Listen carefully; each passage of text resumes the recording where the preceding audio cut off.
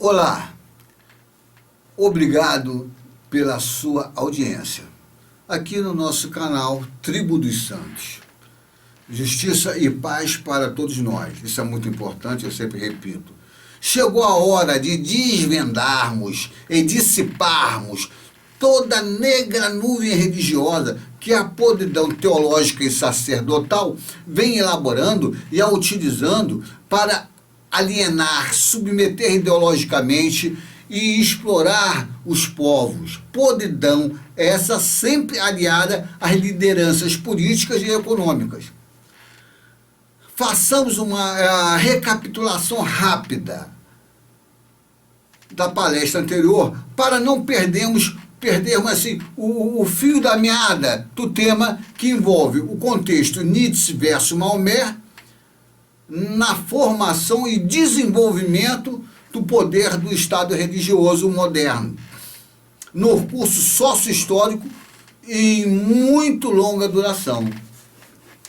Na segunda parte do artigo Nietzsche versus Maomé, focalizamos a gênese e formação do Estado moderno religioso pelo prisma do ritual, entre aspas, ou seja, a teoria do dia das expiações. Neste prisma, os estados católicos, ortodoxos, maometanos e protestantes foram mostrados no contexto da sua história em muito longa duração, como formas e desdobramentos resultantes do contra-revolucionário modelo de religião que Paulo de Tarso, o anticristo, houvera desencadeado.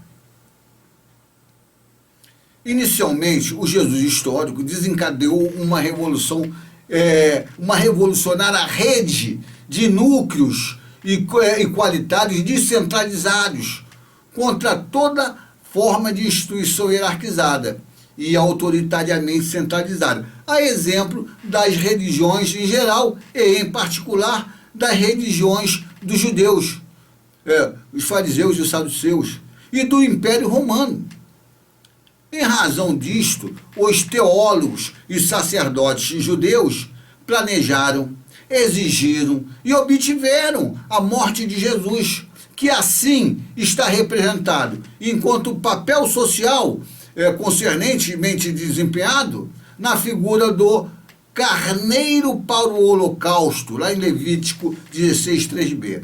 Na teoria do dia das expiações, os genuínos apóstolos de Jesus e os fiéis seguidores desses apóstolos deram prosseguimento à revolução desencadeada pelo Mestre, que durou cerca de 200 anos, mas também foram exterminados. Assim, o modelo de movimento revolucionário liderado pelos apóstolos e seus sucessores também está representado na teoria do dia da expiação, na figura do bode ofertado ao Senhor em sacrifício pelo pecado do povo. Veja lá em Levítico 16:9, 15a.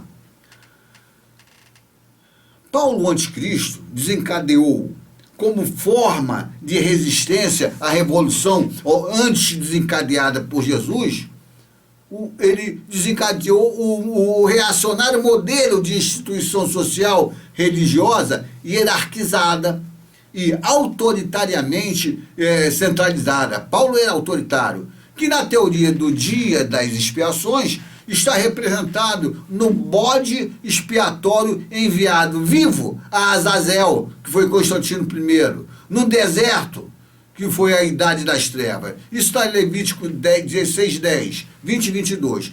Paulo estabeleceu acordo tácito com as autoridades do Império Romano e assim exterminaram o movimento revolucionário liderado pelos apóstolos e seus fiéis sucessores. Nós já tínhamos visto isso. Vimos, finalmente, que no final do modelo de formação social feudal, este modelo feudal se complexou e engendrou por dentro de si mesmo os 10 chifres, ou os 10 estados religiosos modernos, carro-chefe do respectivo centro dinâmico do sistema capitalista de rede global de mercados macro-regionais. Encerramos aqui a recapitulação interna. Agora vamos focalizar essa parte do texto. A formação e desenvolvimento do poder do Estado religioso moderno e seus 10 chifres. Vejamos inicialmente o que o desenvolvimento das monarquias nacionais, a exemplo da França, Inglaterra, etc. Então, esse desenvolvimento preparou a criação do modelo de Estado moderno. Contribuíram para o desenvolvimento do poder do Estado-nação a Revolução Comercial, iniciada em torno de 1400, seguida das viagens ultramarinas de descobrimento e consequente fundação de impérios coloniais, Portugal, Espanha, iniciando isso, a elaboração e disseminação da ética protestante e do respectivo espírito do capitalismo, 1517, que consiste na produção de consumo e enriquecimento racionalmente insaciáveis, foram permeando e ajudando a incrementar o desenvolvimento da monarquia absoluta, substituindo a estrutura fraca e descentralizada do feudalismo. A ética protestante e o espírito do capitalismo permearam ainda o mercantilismo, que pode ser definido como um sistema de intervenção governamental para o enriquecimento e aumento do poder do rei e do seu corpo burocrático do Estado, e também dos seus aliados privados, a burguesia mercantil, industrial e financeira. O desenvolvimento da ética protestante, que vem lá de Lutero, é considerado, por convenção, como um marco do início da Idade Moderna, isso em torno de 1500, e das nações-estados. Desenvolveram-se, então, o Estado religioso moderno, que atuou e vem atuando como centro, como um carro-chefe e centro motor do sistema capitalista de mercados, e que podemos destacar a média de 8 a 10 estados-nações poderosos e empreendedores, os quais concorriam lá no início entre si e ainda hoje pela hegemonia sobre o mercado mundial. Enquanto isso, eles iam incrementando assim esse mercado ao longo da Idade Média. Podemos identificar alguns primeiros estados-nações que se destacaram no início, no centro motor do referido sistema. Portugal, Espanha, França, Inglaterra, Holanda e outros. Alguns desses estados-nação religiosos perdiam a capacidade de competir com aqueles que se mantinham hegemônicos no sistema. Os estados religiosos que perdiam essa capacidade, então, eram substituídos por outros. Vejamos agora o profeta Daniel. Ele conheceu a teoria dos 10 chifres, o centro dinâmico do sistema capitalista de mercado, da época dele. Daniel foi o primeiro grande profeta individual que teorizou a respeito do fenômeno sócio-histórico do centro dinâmico do sistema de poder na concorrência pela hegemonia sobre o grande mercado. Teoria esta que posteriormente Jesus também utilizou, conforme veremos mais adiante. Daniel focalizou o centro dinâmico, constituído por 10 potências, que representou na figura de 10 chifres. Na sua época, Roma, Cartago, por 3 vezes Cartago, Egito Ptolomaico, Macedônia, Império Seleucida, Siracusa, Esparta, a Liga Etólia, a Liga Aqueia, etc. 10 potências, ou 10 chifres, que concorriam entre si pela hegemonia sobre o grande mercado.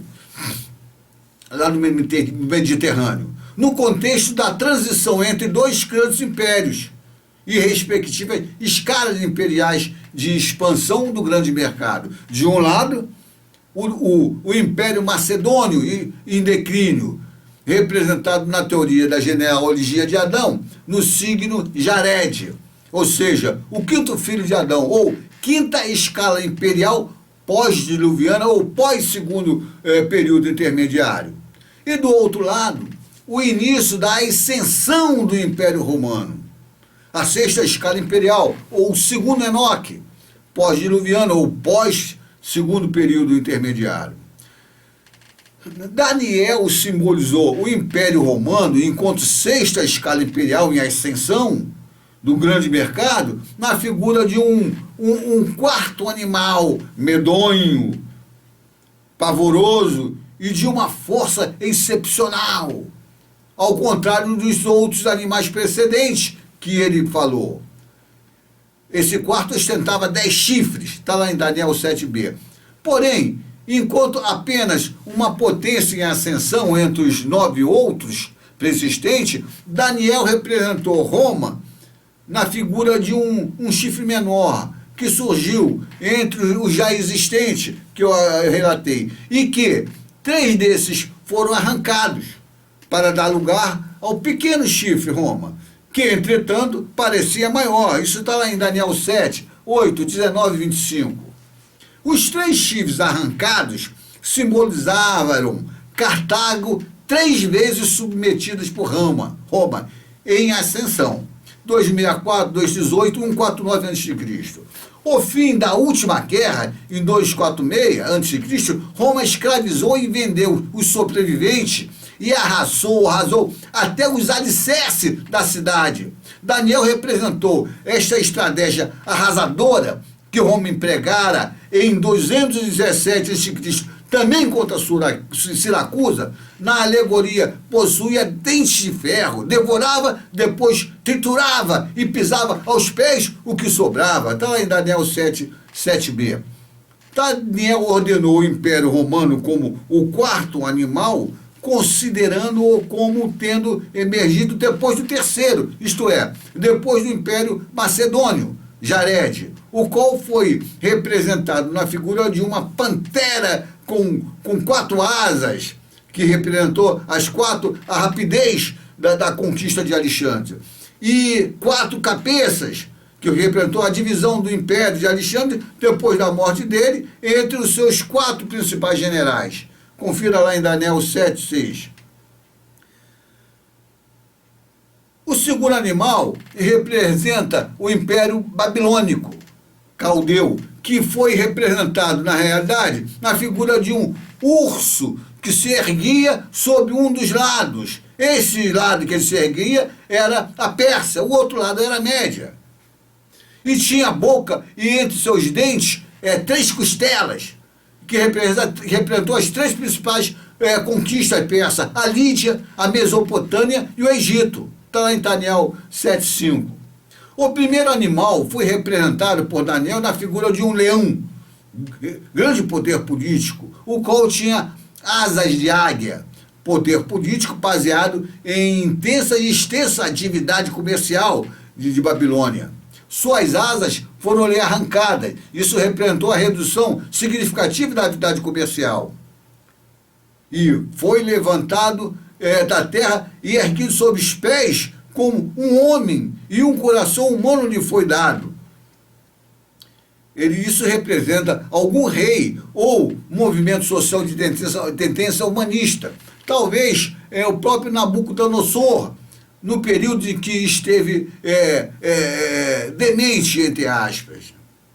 Vejamos agora, é oportuno observarmos que o modelo religioso de instituição social hierarquizada consiste na forma elementar da estrutura social fundamental e permanente, que atua como fio condutor de toda a gênese sócio-histórica da humanidade. Ou seja, a divisão e oposição social do trabalho material e intelectual, que já falamos muito em outras palestras. O bode expiatório, ou o modelo religioso de instituição social hierarquizada e autoritariamente centralizada, consiste na forma elementar em que se apresenta a estrutura social fundamental e permanente, a qual atua como fio condutor de toda gênese sociohistórica. Ou seja, a divisão e oposição social do trabalho material e intelectual, conforme já explicamos abundantemente em palestras anteriores. É bom consultar. Consulte o vídeo intitulado História em muito longa duração e o Cântico de Moisés, que trata sobre esse ponto. Pois o modelo de religião hierarquizada consiste, de um lado, em teólogos e sacerdotes exercerem trabalhos intelectuais e, do outro lado, as vitimadas ovelhas robô, que exercem, em geral, trabalhos materiais ou serviços práticos subalternos, e que são pessoas, de modo geral, de senso comum. Teólogos e sacerdotes submetem, de modo sutil, persuasivo e ideologicamente, as pessoas que exercem trabalho material, e delas subtraem, direto ou indiretamente, valores para sustentarem as respectivas formas materiais de existência, de teólogo e de sacerdote. Então, todos os teólogos e sacerdotes consistem, portanto, numa forma de vírus, entre aspas, parasitas ou câncer social. Pior ainda que representar a tal podridão religiosa como vírus, câncer social, etc., Jesus se referia aos sacerdotes, teólogos, fariseus e saduceus enquanto amostras exemplares do modo como opera o grande dragão, a primitiva serpente, chamado demônio e Satanás, o sedutor do mundo inteiro.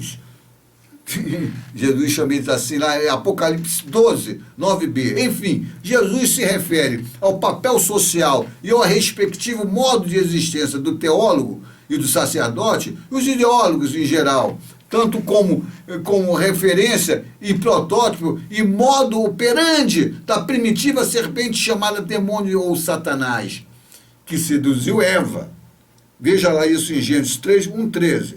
O signo Eva representa os primeiros segmentos sociais femininos que exerceram e inauguraram o trabalho produtivo agrícola e o respectivo período neolítico, e que foram seduzidas por xamãs e se elitizarem, e assim inauguraram o período matriarcal.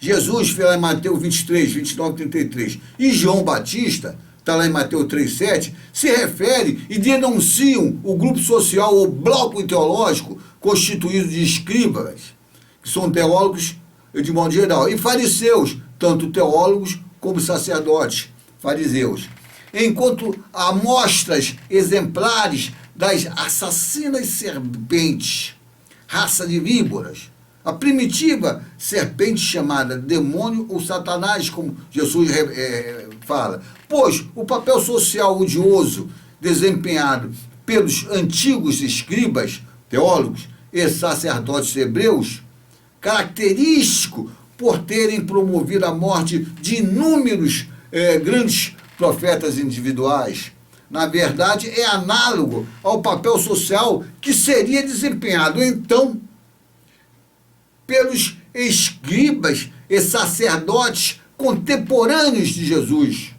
Essa denúncia seria confirmada, pois os escribas e sacerdotes contemporâneos de Jesus planejariam, exigiriam e obtiriam a morte do maior de todos os profetas, o Jesus histórico.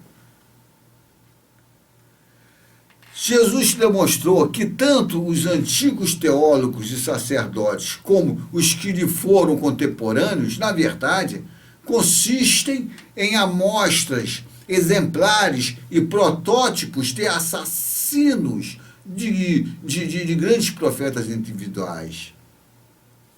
Modelos exemplares e protótipos esses que se aplicam plenamente aos teólogos e sacerdotes atuais, católicos, protestantes, evangélicos, ortodoxos, maometanos, budistas, sionistas, etc.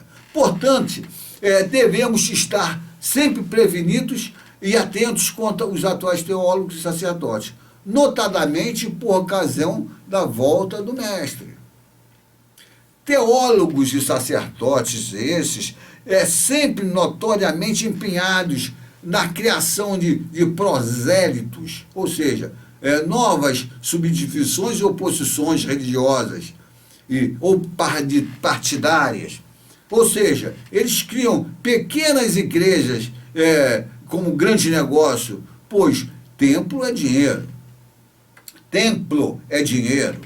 Vamos ao texto em que Jesus se referia aos padres, pastores, entre aspas, sheiks, padres, ortodoxos, rabinos, etc., daquela época, os quais, na época de hoje, adornam os monumentos dos justos e exaltam o nome de Jesus e de Deus, mas objetivando seduzir, enganar e submeter ideologicamente as ovelhas de robô para leis subtrair valores.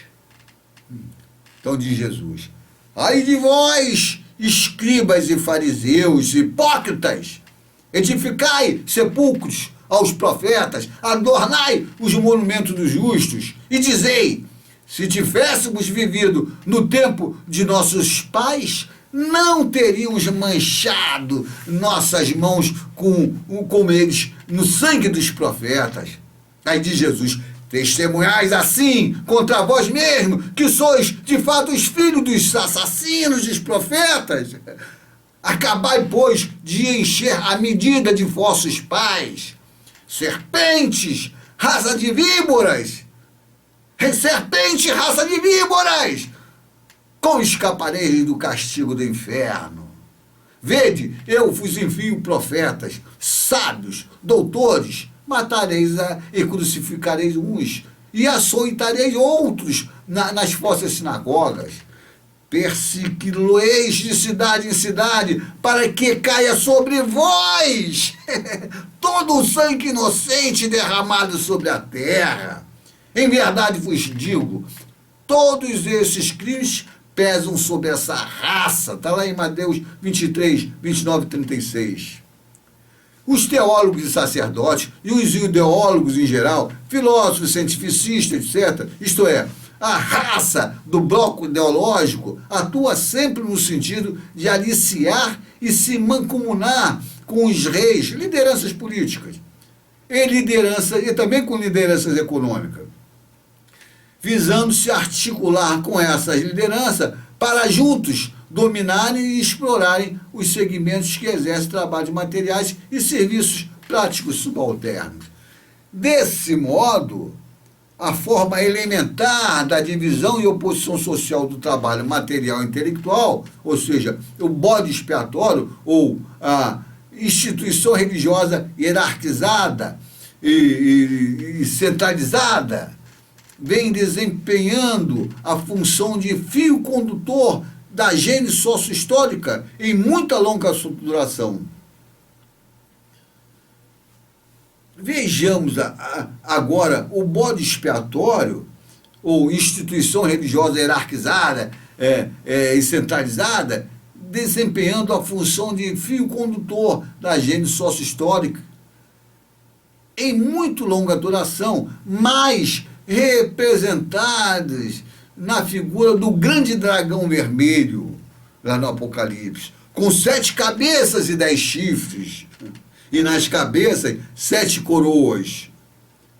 O clero, com sua instituição social religiosa hierarquizada e autoritariamente centralizada, sempre aliada à coroa, ou seja, ao rei, preexistiram em todas as épocas de expansão do grande mercado, da era pré-diluviana, ou segundo período intermediário, O clero e sua instituição hierarquizada, aliados ao rei, preexistiram também as subsequentes 7 etapas de expansão do grande mercado pós-diluviano, ou pós-segundo período intermediário. Nesta direção, Jesus operou com a teoria da genealogia de Adão para representar, na alegoria do grande dragão vermelho com 7 cabeças, isto é, 7 etapas sócio-históricas em muito longa duração, em que se apresentam o clero e seu modelo de instituição social hierarquizada e autoritariamente centralizada.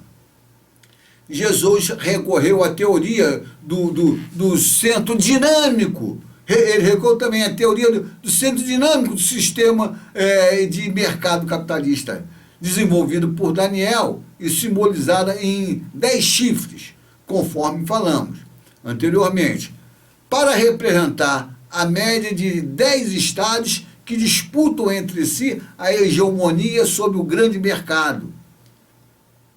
Na passagem de cada escala imperial de expansão do grande mercado para a sua subsequente.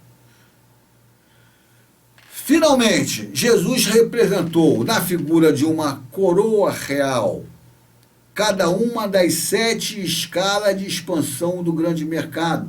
Ou seja, em primeiro lugar, ele representou, em referência ao período pós-diluviano, ou pós-segundo período intermediário, é quem está tratando agora, as 6 sucessivas escalas imperiais. 7, o novo império egípcio. Enos, o império assírio. Cainã, o império babilônico caldeu. Malaleel, o império persa. Jared, o império macedônio. O segundo, Enoque, o império romano. Em segundo lugar, ele representou a 7ª, mais expansiva e última escala, mas reunindo ou compreendendo, de um lado, o sistema feudal e igreja, representado no signo Matusalém, o 7º sucessor de Adão. E do outro lado, a grande rede global de mercados macro-regionais, representada no signo 3º Lameque, o 8º sucessor de Adão. Pois o mestre entende que essa rede global, 3º Lameque, consiste, mais precisamente, numa resultante engendrada como um processo natural de expansão e de complexidade do modelo de formação social feudal. Embora a grande rede global de mercados macro-regionais é representado no signo 3º Lameque, o 8º sucessor de Adão, por outro aspecto, pode também ser concebido como a 8ª etapa do grande mercado. Este meu livro aqui, esclarece este ponto, esclarece bem, vocês podem consultá-lo. Finalmente, Jesus associou o significado contido em cada signo, ou seja, a coroa real, a cada uma das 7 cabeças do grande dragão vermelho. Ele representou essa associação colocando cada uma das 7 coroas nas respectivas 7 cabeças do grande dragão. 7 cabeças estas que representam os respectivos 7 desdobramentos da estrutura social dominante e permanente, que atua como fio condutor da gênese sócio-histórica e que consiste na divisão e oposição social do trabalho material e intelectual, cuja forma elementar dessa divisão do trabalho, ou seja, o bode expiatório, vimos anteriormente que consiste na instituição coletiva religiosa hierarquizada e autoritariamente centralizada, a qual vem desempenhando a função de fio condutor da gênese sócio-histórica. Isso em muito longa duração. Você só pode entender isso pela perspectiva da muito longa duração. Vejamos agora Vamos abordar agora o conflito fundamental na humanidade, que consiste entre ideólogos versus trabalhadores.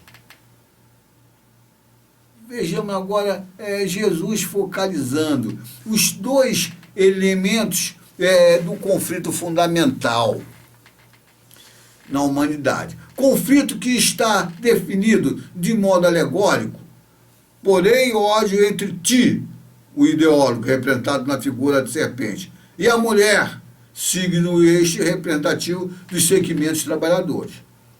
Então, a ódio também entre a tua descendência e a dela. Esta te ferirá a cabeça e tu lhe ferirá o calcanhar. Está lá em Gênesis 3,15. O conflito entre elas está inscrito no contexto da divisão e oposição social do trabalho material e intelectual. Ou seja, trabalhadores versus ideólogos. De um lado, os segmentos sociais trabalhadores representados na figura da mulher, isto é, a localização social onde nasce, localização social onde emerge o sol. Sol, signo este, que representa o ungido do Criador, que neste caso foi o Jesus histórico, mas inserido na teoria dos ciclos, em muito longa duração, entre o sol, o ungido, e a lua, o mega opositor do ungido, que neste caso foi o Paulo de Tarso, o anticristo. A teoria dos ciclos, em muita longa duração, está definida também de modo alegórico na teoria da história registrada no livro Gênesis. Deus fez os dois grandes luzeiros, o maior, o sol, para presidir ao dia, o menor, a lua, para presidir a noite, e fez também as estrelas, que representa os intelectuais de menor envergadura em relação ao sol e à lua. Então, Deus colocou-os no firmamento dos céus, lá no firmamento dos céus, que na realidade representa o campo do conhecimento, para que iluminassem a terra, presidissem ao dia e à noite, e separassem a luz das trevas. Está lá em Gênesis 1, 16, 18a.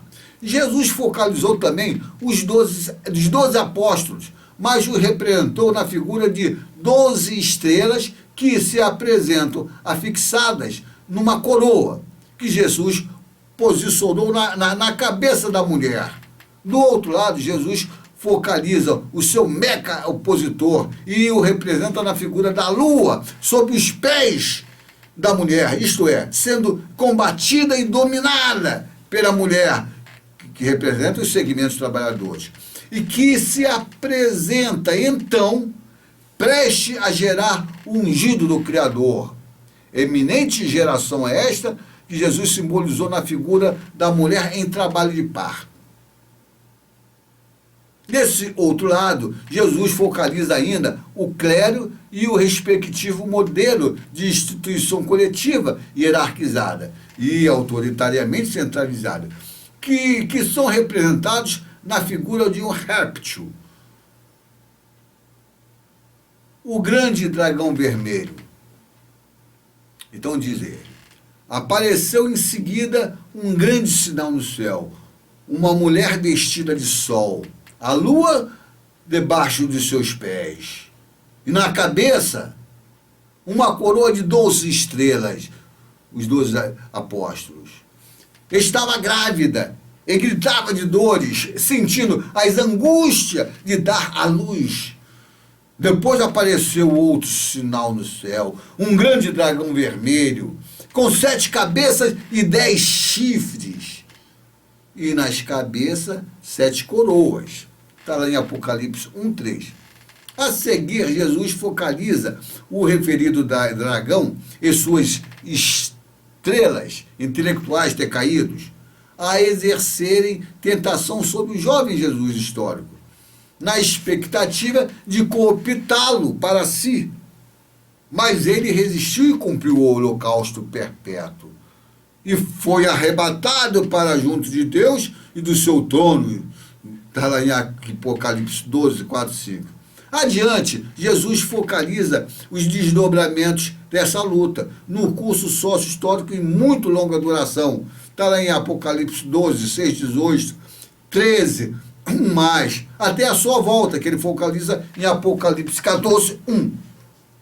Até o Deus dos 10 chifres, desenvolvida por Daniel, lá em Daniel 7, 7, e operada por Jesus, em Apocalipse 12, 3 e outros, na passagem sócio-histórica em que o modelo de formação social feudal se definhava e assim engendrava.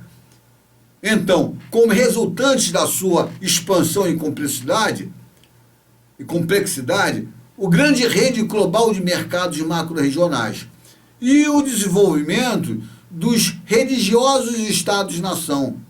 O período que compreende o início dessa passagem até recentemente, estamos na era pós-moderna, convencionou-se chamar de Idade Moderna. Logo nesse início, começaram a se formar 10 estados-nações religiosos, ou 10 chifres, que integram o centro dinâmico do sistema capitalista do grande mercado.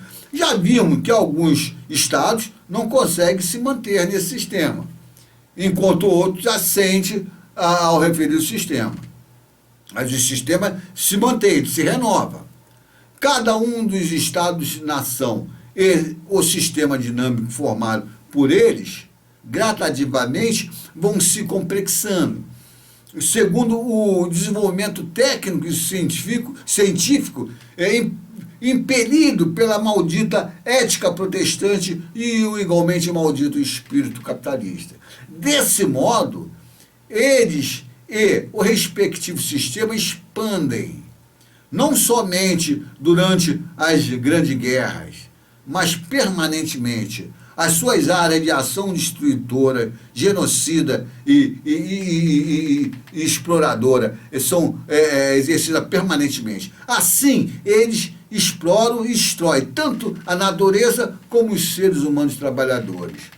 Neste sentido, o historiador chamado Bohm focaliza as destruições e mortes causadas pelas duas últimas grandes guerras como inserida no mesmo processo sócio-histórico que é o da Idade Moderna.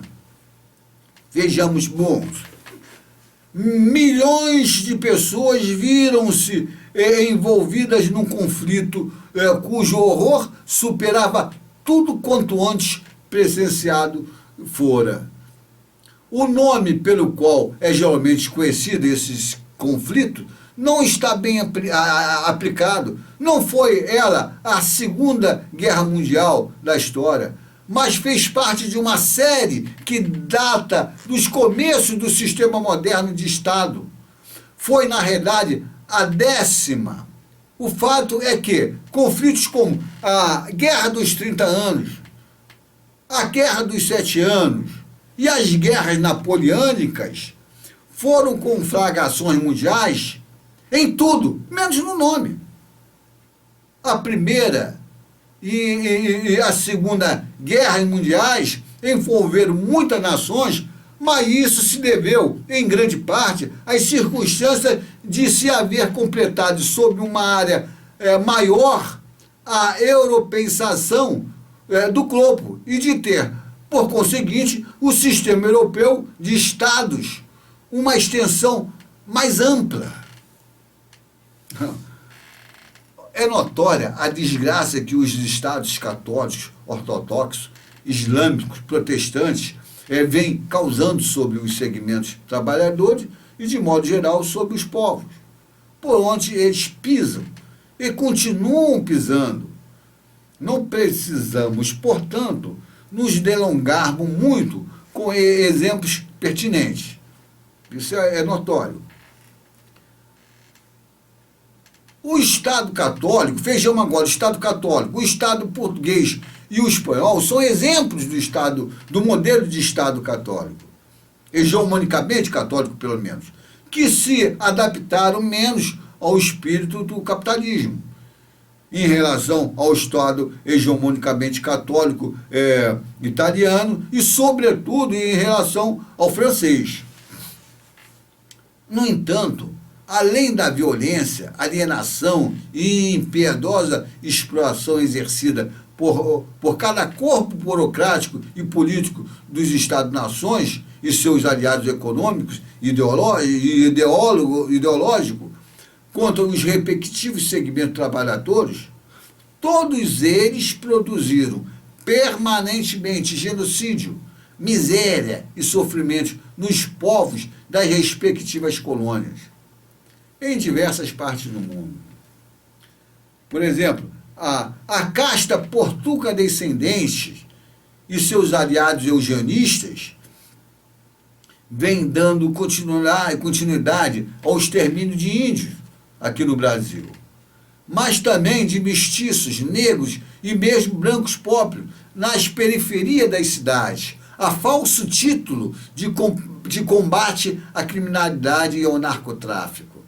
Na verdade, essa casta portuca descendente opera com os mecanismos de produção e administração da violência social, como meios de moldagem de conduta violenta, controle e mobilização social, a fim de neutralizar qualquer possibilidade de revolução popular. Mecanismos esses instaurados pelos Estados Unidos, imposto a todos os Estados-nações sob seu domínio. O Estado protestante, vejamos agora o Estado protestante. O Estado protestante inglês e o norte-americano promoveram o sistemático extermínio de índios na América do Norte.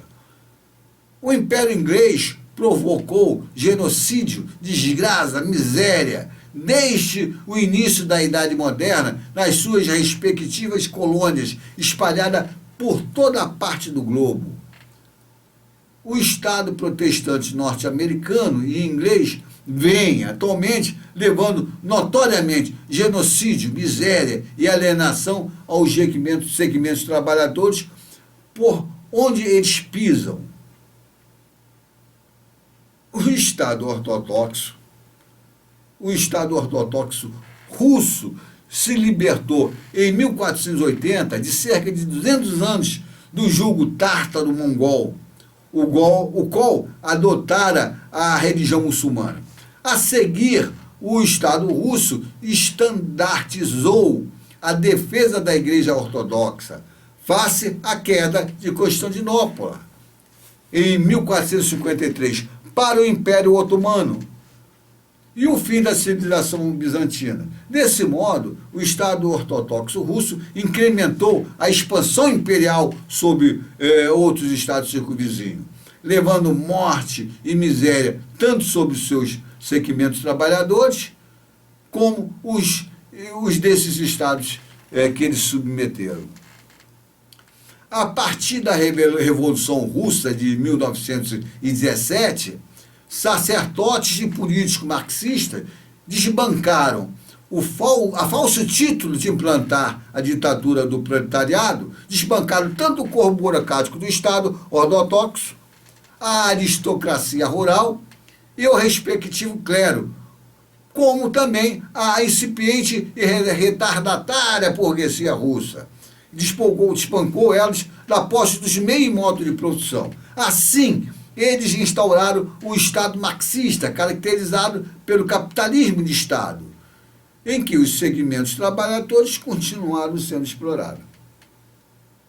Agora, então, pelo corpo burocrático do Estado marxista. Com o fim da União Soviética, em 1991, a Igreja Ortodoxa passou a desfrutar de mais liberdade, sobretudo com o premier Putin. Encerramos aqui a segunda parte do artigo Nietzsche versus Maomé. Na terceira parte desse artigo, ou seja, na palestra seguinte, então mostraremos mais detalhadamente Nietzsche versus Maomé, o Estado Islâmico e os simulacros violentos criados pelo conjunto dos estados religiosos, lá naquela área, Oriente Médio. Obrigado pela atenção. Fique ligado em nosso canal Tribo dos Santos e se inscreva nele para ficar bem informado, com abordagens sérias acerca de temas bíblicos e atuais, e se livrar das baboseiras inventadas por teólogos, sacerdotes, curiosos e cineastas inescrupulosos. Justiça e paz para todos nós.